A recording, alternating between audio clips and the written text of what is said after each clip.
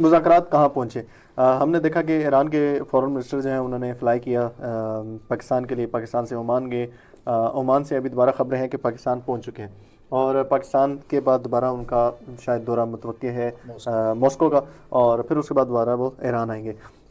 کوئی جو پرپوزل وہ پاکستان لے کے گئے تھے کہ وہ امریکہ تک پہنچایا جائے، اس میں مزید کچھ چیزیں میں بھی ایڈ کرنے کی ہوں، تو جی آپ کا جاننا چاہیں گے کیا یہ جو ڈیولپمنٹس ہو رہی ہیں، کیا ایران ٹیبل ٹاک کے اوپر آنے کی وہ ایک فضا بنا رہا ہے، یا جیسے کہا جا رہا ہے کہ کل بھی ہم نے اس پہ گفتگو کی کہ کالیباف ہارڈ لائنر تھے، اس لیے انہیں ہٹا دیا گیا، اور آغا عراقچی جو ہے وہ اب اس سارے نیگوشیشنز کے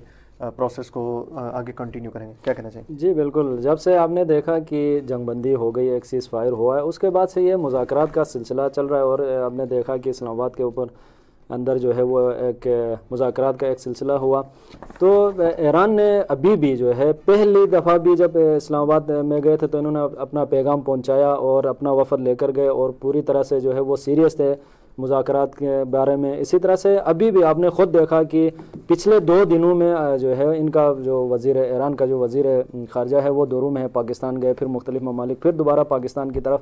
تو یہ خود یہ چیز بتا رہی ہے کہ ایران جو ہے مذاکرات کے حوالے سے کتنا سیریس ہے، اور ایک حد تک جو ہے وہ پوری جو ہے نا وہ کوشش کرتا ہے مختلف ممالک کے اس میں۔ لیکن بات میرے خیال میں یہ بات ایران اپنے موقف کے ذریعے، اپنے سٹائل کے ذریعے سے اور اپنی باتوں میں بھی ایران یہ بات بتلا چکا ہے کہ ایران کو مذاکرات کی ضرورت نہیں ہے۔ جی ہاں بالکل، اگر ایران مذاکرات کرے گا کسی بھی وجہ سے تو اس کو سیریس کرے گا، یعنی ایسا نہیں ہے کہ ایران ایک بالکل منافقانہ، میں اسی بات کی طرف آ رہا تھا، لیکن ایران کو ضرورت نہیں ہے اس وقت، امریکہ کو مذاکرات کی ضرورت، اسی بات کی طرف آ رہا تھا۔ مقابل میں امریکہ جو ہے وہ مذاکرات کے حوالے سے سیریس نہیں ہے، اس کے ہمارے پاس جو ہے وہ شواہد موجود ہیں۔ کیسے دیکھیں، جب پہلی دفعہ ان کے مذاکرات ہوئے تو یہ دنیا کی میڈیا کے اوپر یہ بات ہوئی، اور دنیا کے اچھے تجزیہ نگار اور ان چیزوں کے اوپر نگاہ رکھنے والے لوگوں نے کہا کہ امریکہ ایک تو مذاکرات میں سیریس نہیں تھا، دوسری بات یہ ہے کہ ان کے لوگوں کے پاس اختیارات نہیں تھے، اور وہ آئے تھے اسلام آباد میں، پتہ نہیں کوئی وہی بیٹھ کے کالج کرنے بیچارے، کبھی اسرائیل کو کبھی امریکہ کو، انہیں خود معلوم نہیں۔ جی ہاں، ان کو خود معلوم نہیں تھا، اور اسی طرح سے